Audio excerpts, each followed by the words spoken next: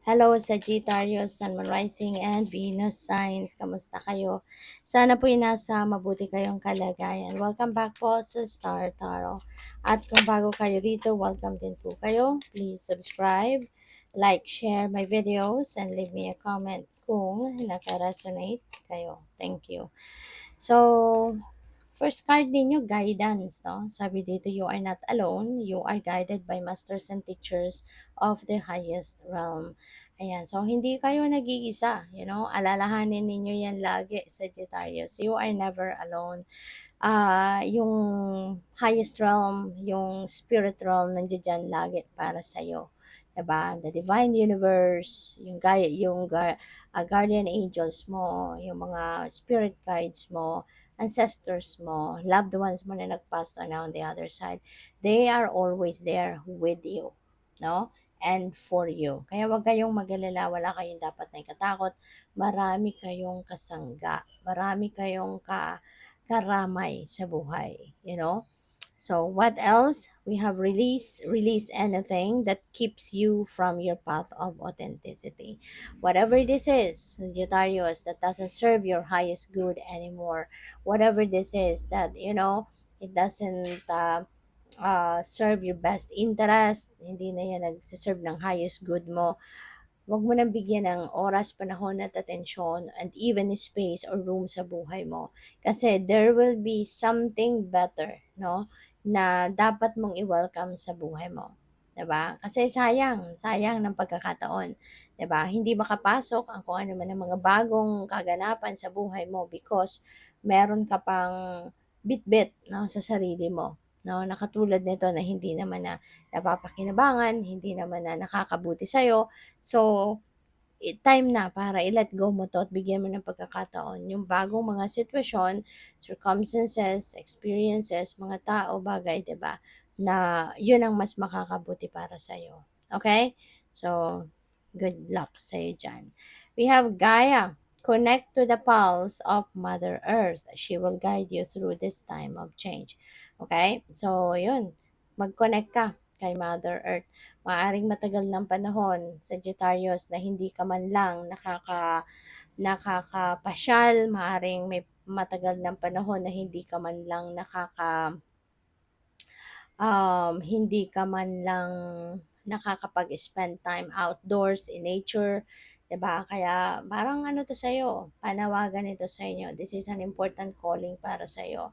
Nabigyan mo din ng pagkakataon ng sarili mo para mag-connect ka kay Mother Earth. Okay? Kasi alam mo, kapag you're surrounded with nature, napakasarap kaya ng pakiramdam.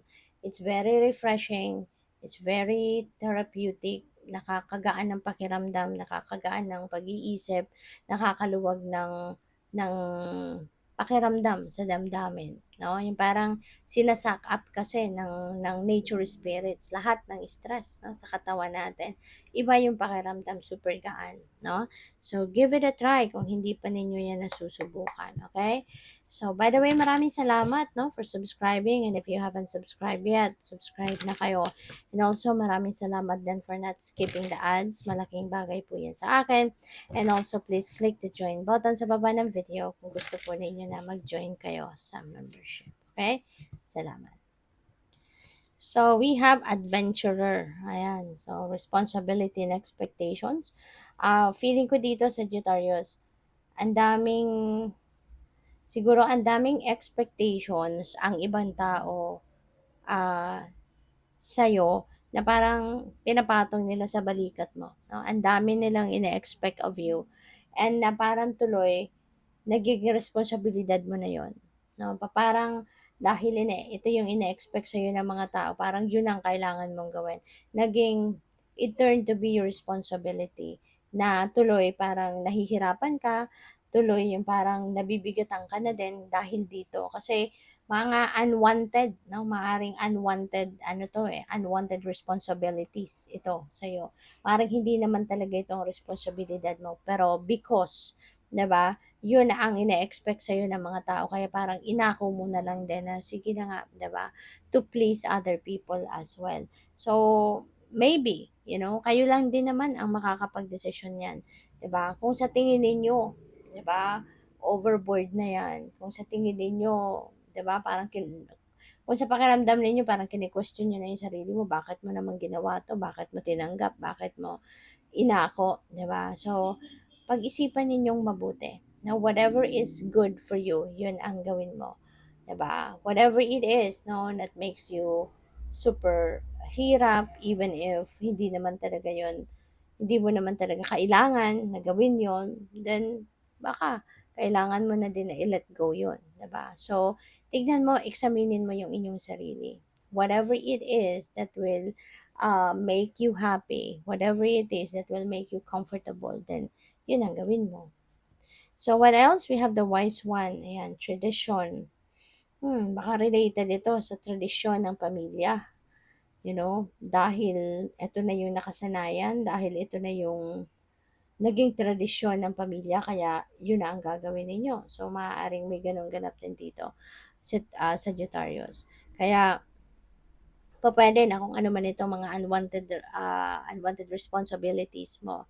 Maaring inakap mo na lang yan, inaccept mo na lang yan, because yun na, ikaw na yung parang magpapatuloy ng tradisyon ng pamilya.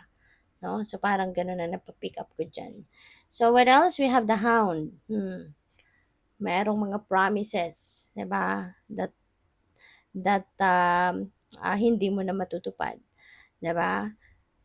Maaari na mayroon kayong mga ipinangako sa kung kanino man in the past, maybe few years ago, several months ago, mga gano'n, ano. Pero 'di ba may kasabihan nga na promises are made to be broken.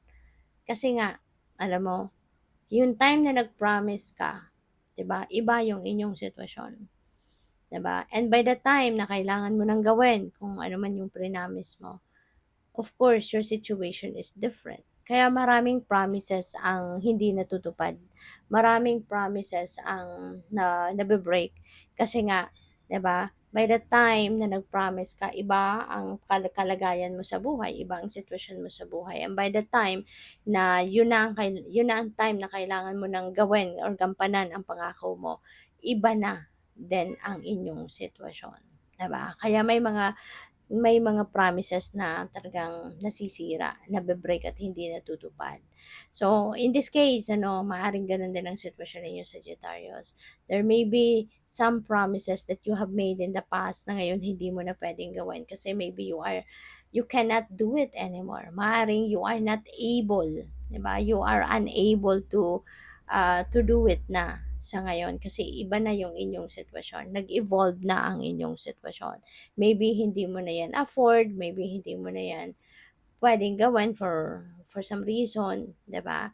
So, maaari 'no na may mga ano dito, merong mga pag-uusap 'no na kailangang gawin, 'di ba? Para hindi naman kayo magkasira ng kung sino man ang pinangakuan mo, 'di ba? Maybe you can explain, 'di ba? Maaaring maiintindihan naman nila 'yun, 'di ba? Na talagang sadyang nag-iiba ang lahat, 'di ba?